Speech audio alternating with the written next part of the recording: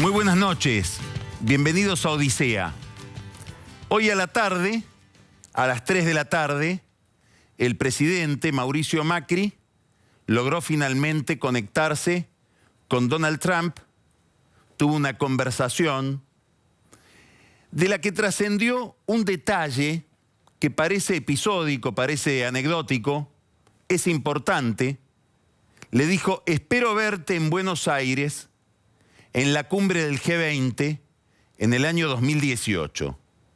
Es una invitación extraña porque falta muchísimo tiempo, pero seguramente lo que Macri quiso asegurarse es algo que hoy forma parte de la principal preocupación del gobierno frente al nuevo escenario que se abrió con el triunfo de Donald Trump en la elección de los Estados Unidos. Y es que esa cumbre, probablemente la cumbre más importante que se realice no solo en todo el ciclo Macri, sino una de las cumbres más importantes que se va a realizar en la Argentina de todo el ciclo democrático, donde van a estar los líderes más importantes del mundo en el país, se confirme el lugar, se confirme la sede que se conquistó después de una negociación muy trabajosa de la que formaron parte el Ministerio de Hacienda y Finanzas, Alfonso Pratgay, que es el encargado de organizar la parte argentina de esta cumbre, y por supuesto la Cancillería. Se llegó finalmente al contacto con Trump a través de distintas vías. El contacto lo encontró finalmente la canciller, Susana Malcorra. Logró llegar al nuevo presidente de los Estados Unidos a través de una persona extraordinariamente gravitante de su entorno, que es su yerno, Jared Kushner, un desarrollador como Trump, muy importante en el mundo inmobiliario neoyorquino, que es muy gravitante, fue muy gravitante en la campaña, es el esposo de Ivanka Trump, muy decisivo en el entorno del nuevo presidente. Malcorra logró comunicarse con él ayer. Kushner le dio 3 opciones, 3 horarios para hablar hoy al presidente Macri. Lograron esa comunicación y lo que quiso Macri, antes que nada, es abrochar que Trump no va a modificar la sede de la cumbre del G20 que se va a realizar en el 2018 en la Argentina. Había otra gestión que la realizó José Torello, uno de los íntimos amigos del presidente, su principal asesor en el gabinete de asesores. Torello, a través de un amigo consultor, había logrado el contacto con Felipe Yarlura. Anote ese nombre. Es un desarrollador inmobiliario de la sociedad que hizo en Punta del Este la Torre Trump y que tiene una relación muy estrecha con los Trump, tan estrecha que participó de todas las convenciones republicanas, participó de la campaña de Trump en los Estados Unidos y además del casamiento de Eric Trump, que fue bastante íntimo y se realizó hace pocos meses en New York. Yarlura había conseguido el contacto con Eric Trump. Finalmente Malcorra ganó a través del yerno. Había una carrera para ver quién le conseguía a Macri esa comunicación, tanto que algunos asesores del presidente hasta quisieron que el presidente hable con el hijo de Trump con tal de no perder ese puente. Le dijeron, bueno, si es el hijo de Trump, en todo caso que hable con Marcos Peña, pero el presidente habla con el presidente. Más allá de esos detalles, es un saludo de gente que se conocía y que tuvieron una relación extrañísima. Es una relación muy antigua entre Trump y los Macri, que nació muy mal, nació por un conflicto en un negocio en común. Los Macri fueron expulsados de New York por Trump, una negociación endiablada que la tuvo que llevar adelante Mauricio Macri en nombre de su padre. La negociación iba prosperando hasta que un día Macri no se da cuenta y le gana un partido de golf a Trump. Ese día le dicen, ¿pero qué pasó, Mauricio? Dijiste algo que no correspondía porque todo se arruinó acá de lo que veníamos hablando. No, pero ¿qué hiciste esta mañana? Jugué al golf con él. ¿Y qué hice? Y gané. No tenías que ganar. A partir de ahí se dejó ganar durante 3 partidos. Trump lo bromeaba, decía, este chico se deja ganar pero me gusta igual, y lograron componer el vínculo. Digo esto porque coincide con un artículo del Financial Times del viernes pasado, donde el autor del artículo dice uno de los temas estratégicos de las relaciones exteriores de los Estados Unidos en los próximos años va a ser la hipersensibilidad egocéntrica del presidente. La poca tolerancia a que se le diga algo que lo hiera en su yo, en su autoestima. Bueno, estos partidos de golf tan lejanos, de finales de la década del 70, principios de los 80, son una especie de muestra anticipada de lo que puede ser este problema.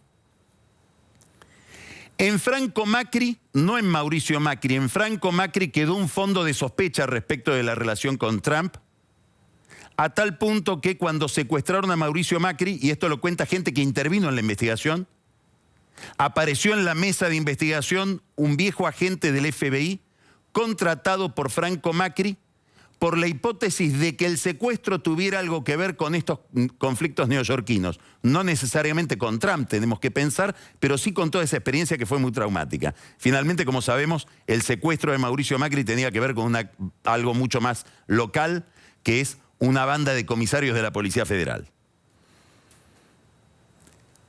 Mauricio Macri intentó rescatar de ese pasado la relación con Trump a lo largo de estos años, lo invitó para la licitación de una terminal de ómnibus en Buenos Aires.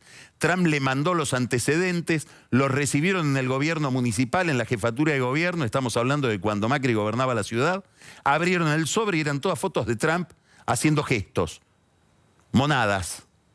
Le dijeron, no, te equivocaste, tenías que mandar los antecedentes de la empresa para la licitación, y Trump aclaró que si esos antecedentes no servían, él no participaba. Señal de que Trump tiene algún tipo de sentido del humor, cosa que mucho no se le ha descubierto durante la campaña.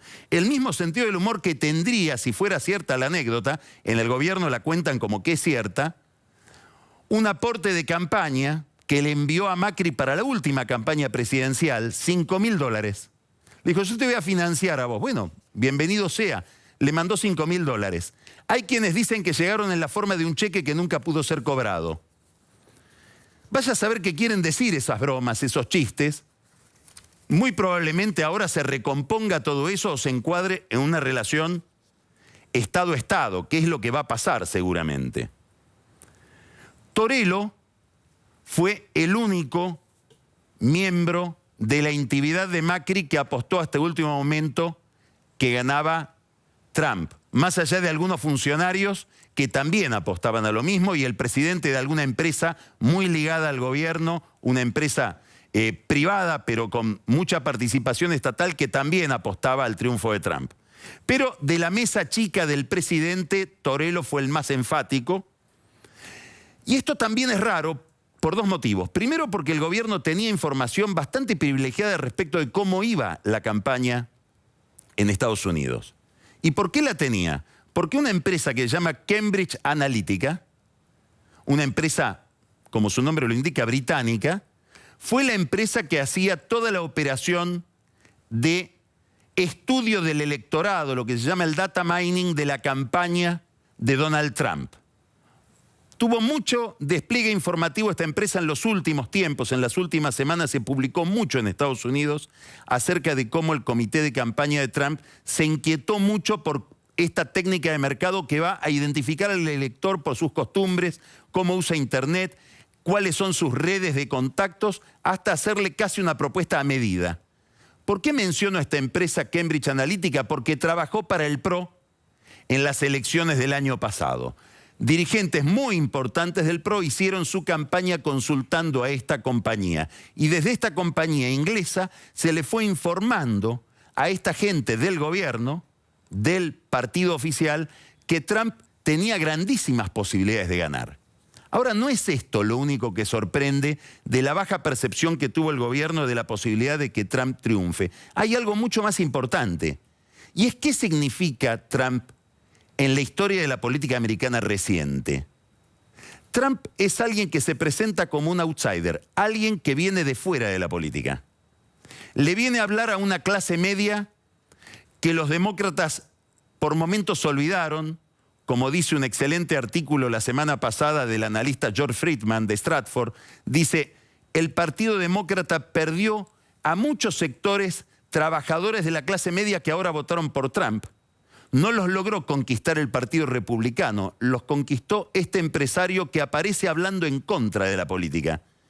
Cuando estuvo Juan Gabriel Tocatlián analizando con nosotros acá en Odisea el primer debate entre Trump y Hillary Clinton, lo primero que destacó es esto. No era un político republicano hablando con una política demócrata, era un empresario, un señor, si ustedes quieren, de la vida privada, reprochándole a Hillary Clinton la condición de política. En Hillary Clinton estaba la política. En la Argentina pasó algo similar. La crisis del 2001, el fenomenal ajuste que produjo sobre la sociedad el fin de la convertibilidad, terminó generando un estado de indignación muy importante, sobre todo en los sectores medios. La factura de ese estado de opinión la pagó el radicalismo.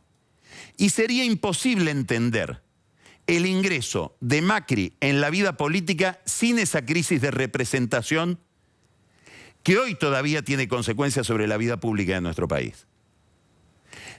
Macri ingresa a la política como un outsider y como alguien que le promete a la sociedad y sobre todo a los sectores medios redimir a la política de la miseria de las políticas con una racionalidad aprendida en otro lugar, que no es el comité, que no es la unidad básica, que son en todo caso los despachos de las corporaciones, la lógica de las grandes empresas o en todo caso la de la administración de un club de fútbol.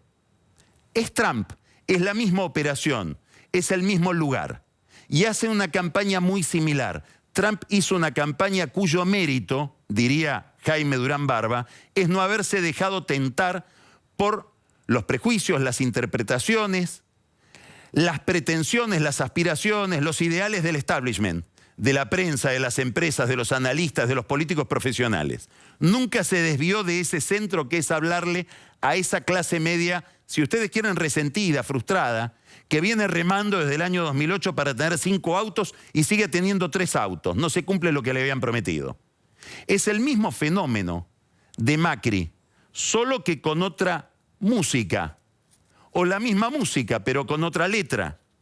En todo caso, Macri es un discurso o ejerce un discurso antipolítico que, como dice Pablo Gerchunov, no es antiglobalización.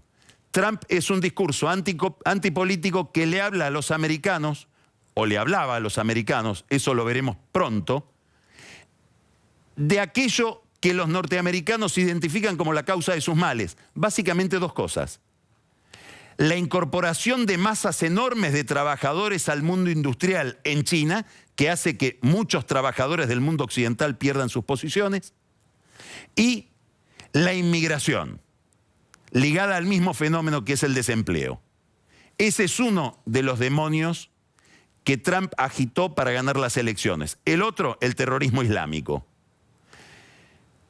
Macri tuvo un discurso, y tiene un discurso antipolítico, o al menos un discurso de reproche a la forma tradicional en que se ejerce la política, un reproche contra, lo que diríamos en Estados Unidos, contra Washington, pero que no se modula en términos de antiglobalización en materia económica, entre otras cosas, porque ese discurso antieconómico de un país que le reprocha al mundo, le reprocha al sistema, le reprocha a los bancos, a las empresas, a los Estados Unidos al fondo, lo agotaron los Kirchner.